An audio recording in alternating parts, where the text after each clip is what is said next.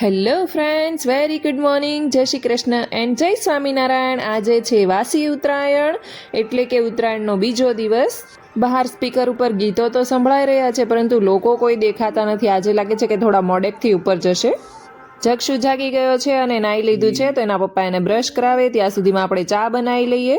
હું કિચનમાં ગઈ તો એક બેગ પડી હતી, તો મેં એના અંદર જોયું તો સૂકી કચોરી અને ફાફડી આવી ગઈ છે આપણી ઘરે. તો ચાલો આજે સવારે નાસ્તામાં આપણે ડ્રાય કચોરી અને શીંગ તેલમાં બનેલી ફાફડી ખાઈશું. એમ કે તમને ખબર જ છે, આપણે ગઈકાલે 11 હતી, તો આપણે રસની કોથળીઓ બહાર કાઢી લીધી છે. આજે વાસી ઉત્તરાયણ છે, તો અમે લોકો રસ પૂરી અને ઊંધિયું બનાવી રહ્યા છીએ. શું તમે લોકો પણ અમારી જેમ રસને ચાળીને ખાવાનું પસંદ કરો છો? ચાળવાથી એના જે રેસા હોય છે એ નીકળી જાય છે. તમે લોકો ઉત્તરાયણમાં શું બનાવો છો એ મને કોમેન્ટ કરીને જરૂરથી કહેજો. હું જ્યારે સુરત હતી ત્યારે અમે લોકો પકોડા બનાવતા હતા, બપોર અને સાંજના જોડે જ બનાવી લેતા હતા, અને પછી આખો દિવસ ટેરેસ ઉપર એન્જોય કરતા હતા. તો તમે લોકોએ ઉત્તરાયણમાં શું બનાવ્યું હતું એ મને કહેજો.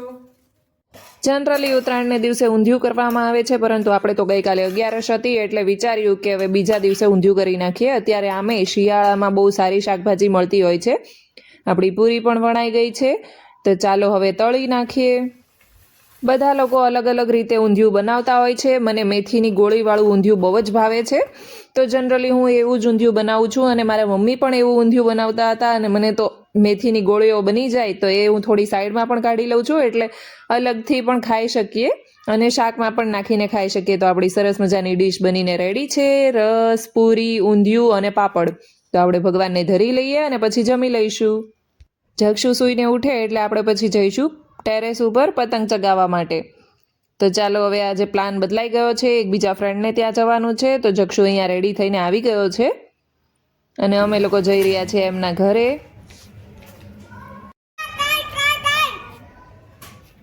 ક્યાં છે કાઈટ? ઉત્તરાયણમાં અમે બહાર નીકળ્યા તો મેં જોયું કે બધા કબૂતરો તાર ઉપર બેસી ગયા હતા. એ લોકોને પણ ખબર પડી ગઈ છે કે આજે અમે ઉડીશું તો અમને જાનહાનિ થશે. મકર સંક્રાંતિમાં 2 દિવસ લોકો પતંગ ચગાવીને આનંદ કરતા હોય છે, પરંતુ આ લોકોને તમે જોઈ શકો છો, એ લોકો તો પણ ધંધો કરી રહ્યા છે રોજીરોટી કમાવા માટે. તો ચાલો આપણે પહોંચી ગયા છીએ ફ્રેન્ડને ત્યાં. આ વખતે તો બંને શોખ પૂરા કરી લીધા. એક દિવસ ગયા હતા એપાર્ટમેન્ટમાં, જ્યારે બધા જ લોકો ઉપર ટેરેસ ઉપર ભેગા થાય છે, અને બીજે દિવસે આપણે આવી ગયા છે ડુપ્લેક્સમાં, એટલે કે પ્રાઇવેટ ટેરેસ ઉપર. આવતાની સાથે જ જક્ષુએ તો અહીંયા પતંગ લઈ લીધો છે, અને વૃષભ અહીંયા બીજા પતંગને કિન્ના બાંધી રહ્યા છે. આજે તો વૃષભ પણ પતંગ ચગાવવાના હોય એવું લાગે છે. અહીંયા મુકેશભાઈ તો ઓલરેડી પતંગ ચગાવી રહ્યા છે.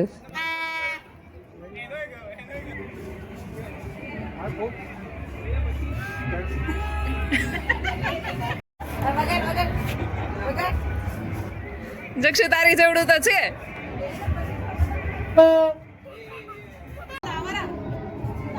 તે કોની ફિરકી પકડી છે? કોની છે ઈ? જક્ષુની. અહીંયા છોકરાઓને બેસવા માટે ભાભી ચેર લઈ આવ્યા હતા ઉપર, પરંતુ કોઈ છોકરા બેસે ખરા? આમથી તેમ દોડ્યા જ કરતા હતા. શું તમે લોકો પણ આવી રીતે પતંગને માથા ઉપર ઘસીને પછી ચગાવતા હતા?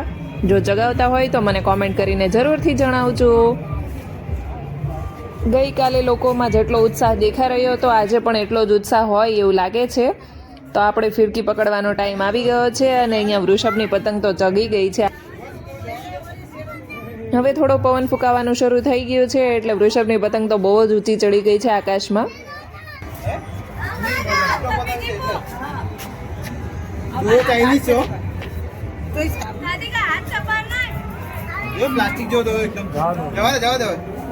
જનરલી પતંગ છોકરાઓ જ ચગાવતા હોય છે, છોકરીઓથી ઓછા ચગે છે, પરંતુ આ મુકેશભાઈના બહેન છે અને એને પતંગ ચગાવતા બહુ જ સારું આવડે છે.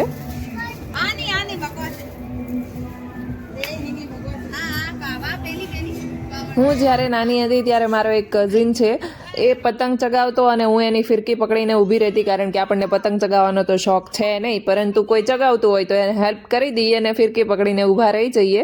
2-4 પતંગ ચગાવ્યા પછી વૃષભે તો આંગળીઓ ઉપર ટેપ લગાવી દીધી છે. મને આમ તો બધા જ તહેવારો ઉજવવા બહુ જ પસંદ છે. સામે એક રેસિડેન્સીમાં પાંડા ઉડી રહ્યું હતું. અરે અરે, આ તો જતું રહ્યું. આવ્યું પાછું. આ વર્ષે એનિમલવાળા બલૂન વધારે દેખાઈ રહ્યા છે માર્કેટમાં. આ રીતના પાંડા, એલિફન્ટ, રેબિટ. ખાવું છે? શું ખાવું છે? આમાંથી લઈ લે.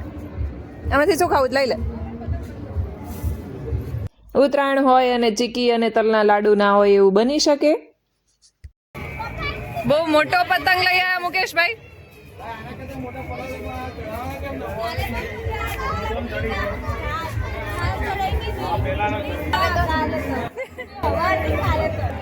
ગઈકાલે અમે ગયા હતા ત્યારે વધારે પવન હતો, બધા બહુ પતંગ ચગાવતા હતા. આજે એટલો પવન નથી. આજે તો અમે 4:30 વાગ્યાના આવી ગયા હતા, એટલે ખાસા એવા પતંગ ચગી ગયા છે. આ બધા લોકો કેમ એક સાથે ભેગા થઈ ગયા છે? એવું તો વળી શું છે ત્યાં? કેટલી મોટી પતંગ છે અહીંયા. સામેના ટેરેસ ઉપર મોટી પતંગ જોઈને હવે આપણે પણ મોટી પતંગના કિન્ના બાંધવા માટે બેસી ગયા છીએ. મુકેશભાઈ તો ઓછી ને ઘણી 3 મોટી મોટી પતંગ લઈ આવ્યા છે. હવે એમાંથી કેટલી ચગે છે કે અને કેટલી નથી ચગતી એ જોઈએ આપણે. જેટલી એની હાઈટ નથી એટલો તો મોટો પતંગ લઈને બેસી ગયા છે આ છોકરાઓ. જક્ષુને તો પૃથ્વી જોડે આજે બહુ જ મજા આવી રહી હોય એવું લાગી રહ્યું છે.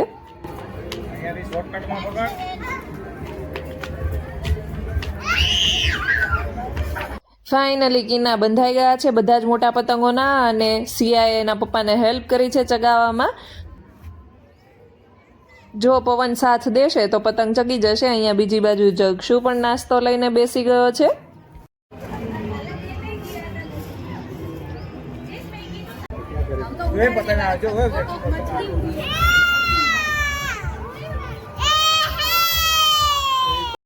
ફાઇનલી થોડો પવન આવ્યો અને આપણી પતંગ ચગી ગઈ છે.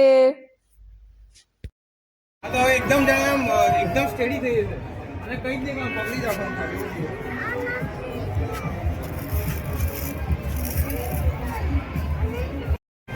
પતંગ કાપી નહીં તમને ચગાવવા દેજો.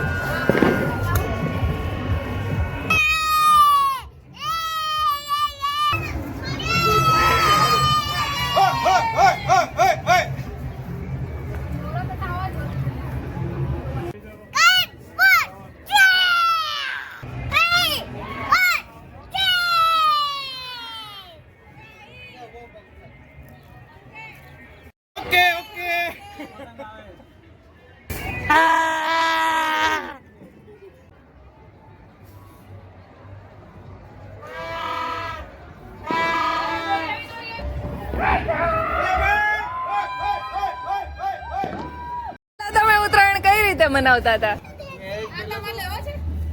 મેચ મેચ હું મનાવતો જ નતો. તો તમને શોખ ક્યારથી શરૂ થયો ઉત્તરાયણનો? પહેલા ગ્રાઉન્ડ પર ચગાવાય ને? ગ્રાઉન્ડ પર ચગાવે પણ એ શરમ આવતી. હા, અને ભીખી પકડવા કોઈ નતું ને એટલે. પછી ભાભી આવી ગયા પછી તમે પતંગ ચગાવતા થઈ ગયા એવું? ઓલરેડી ચગી ગયેલી પતંગ આપણે આપણા હાથમાં લઈ લીધી છે, કારણ કે આપણને તો ચગાવતા આવડતું નથી. સાંજ પડવા લાગી છે અને આકાશમાં ફાનસ ધીમે ધીમે દેખાઈ રહ્યા છે. લાગે છે કે થોડી વારમાં ફટાકડાઓ પણ ફૂટવા લાગશે. ગુજરાત જ એક એવું રાજ્ય છે કે જ્યાં તમે એક તહેવારમાં 3 તહેવારની મજા માણી શકો છો. દિવાળી, નવરાત્રી અને ઉત્તરાયણ ત્રણેય ભેગું.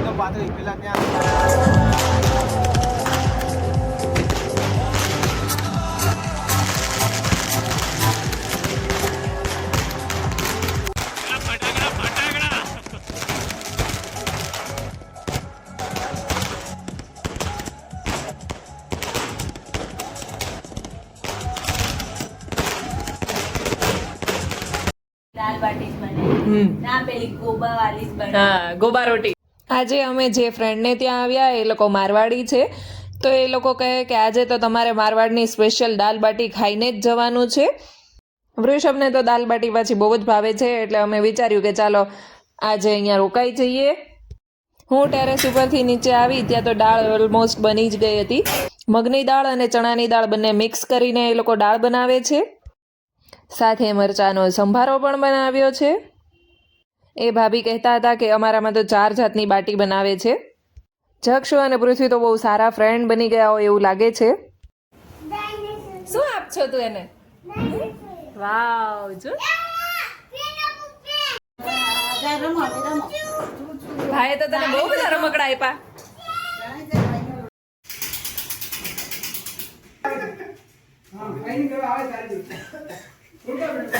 અત્યારે માસ્ટર શેફ ઇન્ડિયા ચાલી રહ્યું છે તો મેં એમાં જોયું હતું કે ઇન્ડિયામાં 4 જાતની રોટી બહુ જ ફેમસ છે.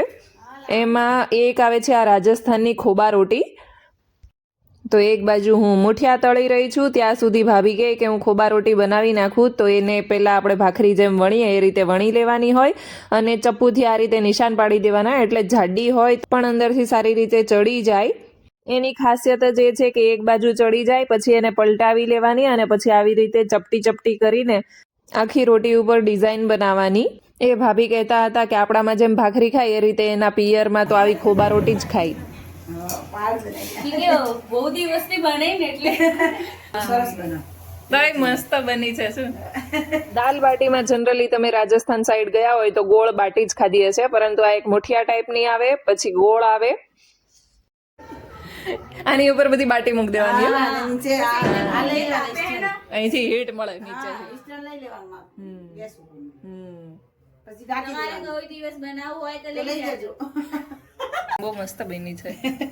ગરમ ગરમ છે બહુ. ગરમ ગરમ કરી દો. એટલે ભાઈ તું ક્યાંથી માફે ખાવા લાગી? એને નાખવાનું શરૂ કર્યું જ જો. બસ હા તો ભરાવા જોઈએ ને. ભરાઈ જશે. આમ કરીશ એટલે ભરાઈ જાય. હા, ઉભા હા, રહો. બસ. આમ કરશું એટલે ભરાઈ જાય. હા. એમ તો આય ભરવાનું તું હવે. આથી બધું ભરાઈ જશે. એ મજા નહીં આવે. ચાલો તો અમે લોકો જમીને ઘરે જવા માટે નીકળી ગયા છીએ. આજ માટે બસ આટલું જ. Bye bye. તમને મારો આજનો વ્લોગ કેવો લાગ્યો એ મને કોમેન્ટ કરીને જરૂરથી કહેજો, અને તમે લોકોએ ક્યારેય ખોબા રોટી ખાધી છે એ પણ જણાવજો. આજે દાલ બાટી ખાઈને બહુ જ મજા આવી ગઈ. મારા વિડીયોને લાઈક કરી દેજો. તમે મારી ચેનલ ઉપર નવા હોય તો સબસ્ક્રાઈબ કરવાનું ભૂલતા નહીં. મળીએ કાલે એક નવા વ્લોગની સાથે. ત્યાં સુધી બાય બાય, ગુડ નાઇટ, જય શ્રી કૃષ્ણ એન્ડ જય Swaminarayan. Thank you for watching.